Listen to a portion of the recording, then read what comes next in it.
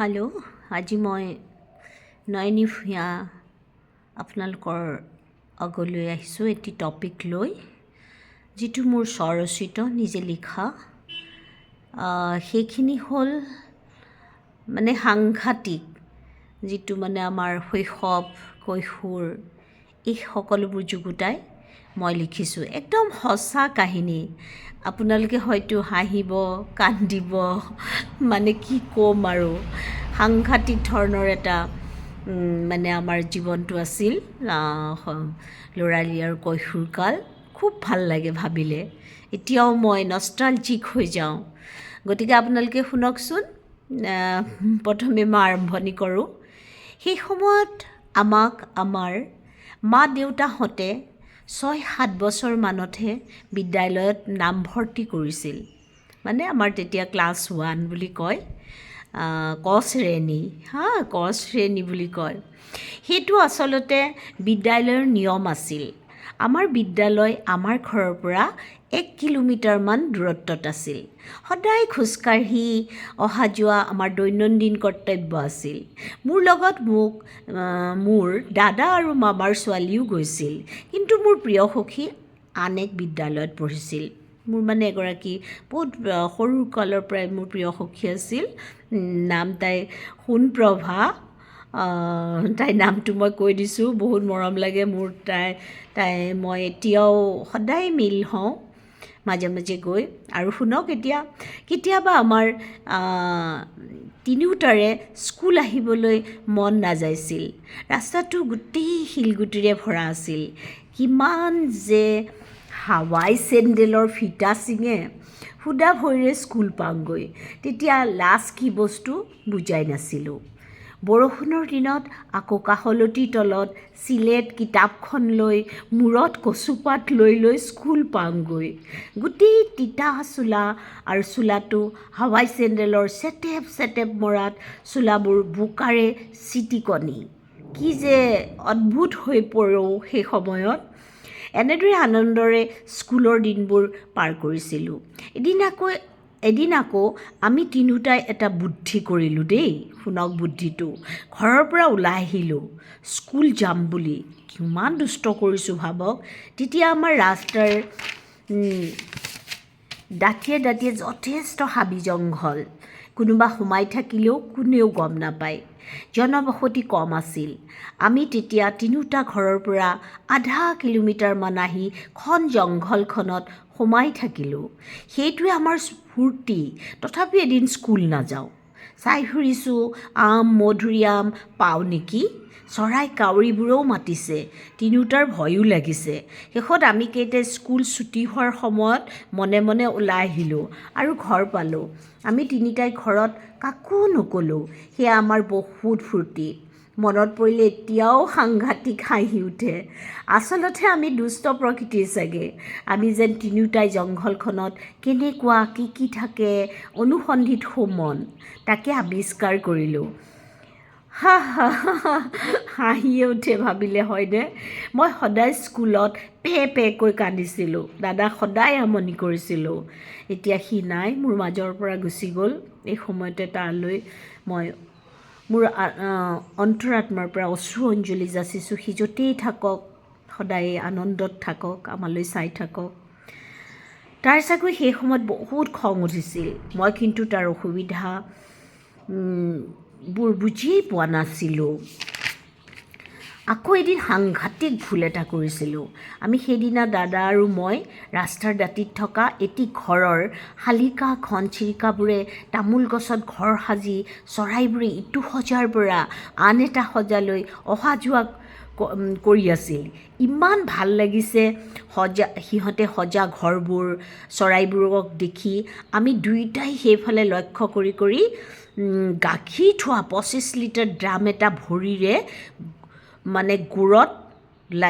ভৰিৰ গুৰত লাগি পৰি গ'ল। মানে সেয়া আমাৰ আগতে যে গাখীৰ দি ফুৰে মানুহবোৰে থৈছিল ৰাস্তাৰ দাঁতিত, গোটেইখিনি মাটিত পৰি গ'ল। অ' মাই গড! সেই সময়ত গাখীৰ আলাটো আমাৰ পিছে পিছে চাইকেলত আহিছে। আমি দৌৰি দৌৰি স্কুল পালোঁগৈ দেই। যেনে তেনে ৰুমত সোমালোঁ। গাখীৰ আলাই ছাৰক মোৰ কথা কৈ দিলে আৰু মই শাস্তি পালোঁ। বেঞ্চত থিয় কৰাই থ'লে। সেই সময়ত শাস্তিবোৰ যেন এক আনন্দ। দাদা কথমপি ৰক্ষা পৰিল দেই। ধন্যবাদ ভগৱান। আমি আগতে স্কুলত এজোপা ভগৱানক ধন্যবাদ দিলোঁ। আৰু আগতে স্কুলত এজোপা ডাঙৰ গছৰ তলত নেওতা পঢ়িছিলোঁ, চিঞৰি চিঞৰি। 1 এগুণ 1, 2 এগুণ 2, একদম তীব্ৰ চিঞৰি। সঁচাকৈ ইমান যে ভাল লাগিছিল ল'ৰালিৰ দিনবোৰ, ভাবিলেই ভাল লাগে।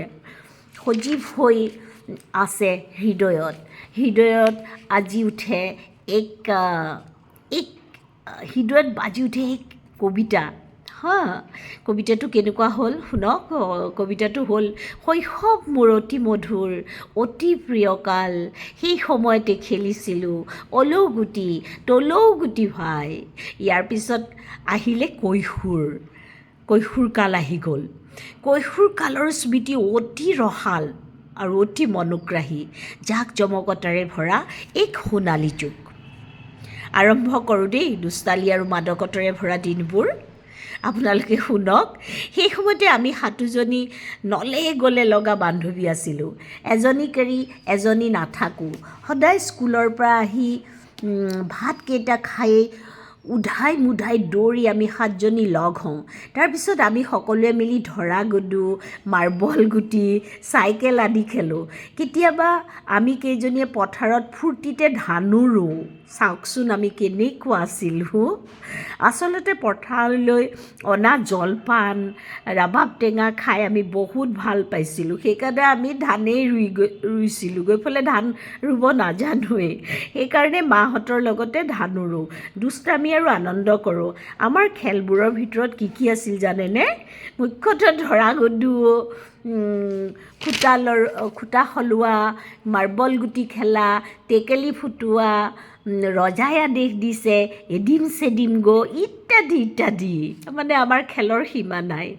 ইয়াৰ পিছত খেলা সমাপ্ত কৰি আমি কাষতে থকা আমাৰ নামঘৰটোলৈ যাওঁ। আমাৰ ওচৰতে এটা নামঘৰ আছিলে, আমি খেলোঁ সেইখিনি ফিল্ডতে। তাৰপিছত আমি নামঘৰলৈ যাওঁ। কেতিয়া যাওঁ? ভাদ মাহত দেই। সকলোৱে শুকান বাঁহৰ ঢকুনা আৰু চেগুন পাতত প্ৰসাদ খাওঁ। খাই বহুত আনন্দ কৰোঁ। সাংঘাতিক দুষ্টালি। আমি বহুত মিলিজুলি থাকোঁ কিন্তু দেই। আমাৰ বহুত মিল আছিলে সকলোৰে, আমাৰ কেইজনীৰ।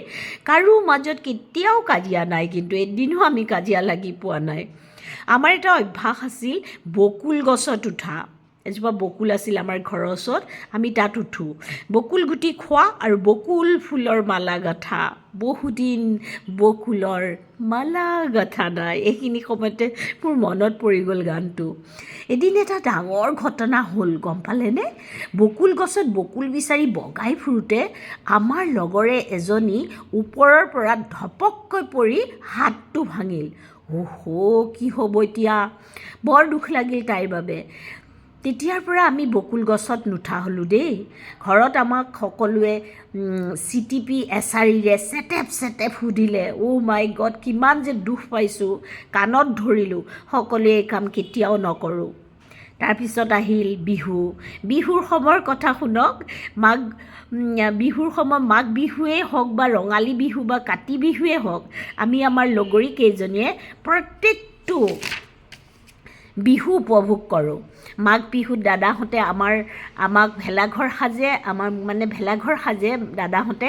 আমি প্ৰত্যেকজনীয়ে ৰাতি বিহু ঘৰত থাকোঁ। আৰু দাদাহঁতে চুৰ কৰি অনা আলু, কচু, পাৰ চৰাই, হাঁহ, মুৰ্গী আমি বিহু ঘৰতেই বনাই খাওঁ। সেই সময়ত এটা নিয়ম আছিল যে চুৰ কৰিলেও আমাক পুলিচত নিনিয়ে। সেইটো আমাৰ এটা পৰম্পৰাৰ ভিতৰতে পৰে বুলি ক'ব লাগিব। সি যেন আমাৰ এক পৰম্পৰা। মাঘ বিহু ভোগালী, এইকাৰণে আমি সকলোবোৰ মিলি একদম ভোগালী বিহু আনন্দ কৰোঁ। শেষত আমি ভেলাঘৰ জ্বলাই সকলোৱে অগ্নি দেৱতাক সেৱা কৰোঁ। আমি সেই সকলোবোৰ কৰোঁ, কিন্তু আকৌ অগ্নি দেৱতাকো আমি সেৱা কৰোঁ। আকৌ আহিলে বহাগ বিহু আহিলে। বহাগ বিহু ৰঙালী জানেই। ৰঙালীত আমি সকলোকেইজনী ৰাঙলী হৈ পৰোঁ। প্ৰত্যেকেই নতুন চোলা পিন্ধি বিহু পথাৰত যাওঁ, নানা ধৰণৰ খেল ধেমালি নাচ গানেৰে পথাৰ ৰাঙলী হৈ পৰে। আমিও সকলোকেইজনী ৰঙত আত্মহাৰা হওঁ, নাচ গান খেল ধেমালিত অংশগ্ৰহণ কৰোঁ আৰু পুৰস্কৃত হওঁ দেই। কিন্তু নাটকো আমি সকলোৱে অভিনয় কৰোঁ। আমি সুন্দৰ নাটক অভিনয় কৰিছিলোঁ। শেষত ঘৰলৈ আহি প্ৰত্যেকৰ ঘৰে ঘৰে পিঠা চিৰা দৈ নানা জলপান খাওঁ। আমি মানে সেইবোৰো নেৰোঁ আৰু খামেই আৰু বিহুৰ জলপান। বিহু যোৱাৰ পিছত আমাৰ মনবোৰ কি লাগে, উৰুঙা উৰুঙা হৈ পৰে। লাহে লাহে আমাৰ সকলোৰে বিবাহৰ সময় আহে আৰু বিবাহ পাশত আবদ্ধ হওঁ। মোৰ এটাই প্ৰাৰ্থনা ভগৱানৰ ওচৰত, আমাৰ বন্ধুত্ব যেন সদায় এনেদৰেই জীয়াই থাকক। আৰু তেতিয়া মোৰ এটা গান মনলৈ আহে, এই গানটো, বন্ধু মেলিতে তোৰি দুখনি হাত, এবাৰ জিৰাও তোৰ বুকুৰ শীতলি ছাঁ বন্ধু। এতিয়া কিন্তু সামৰিছোঁ দেই, অলপ মানে অলপ শ্বৰ্টেই কৰিলোঁ। গোটেইখিনিতো লিখিবলৈ গ'লে আপোনালোকে হাঁহি হাঁহি মৰি যাব।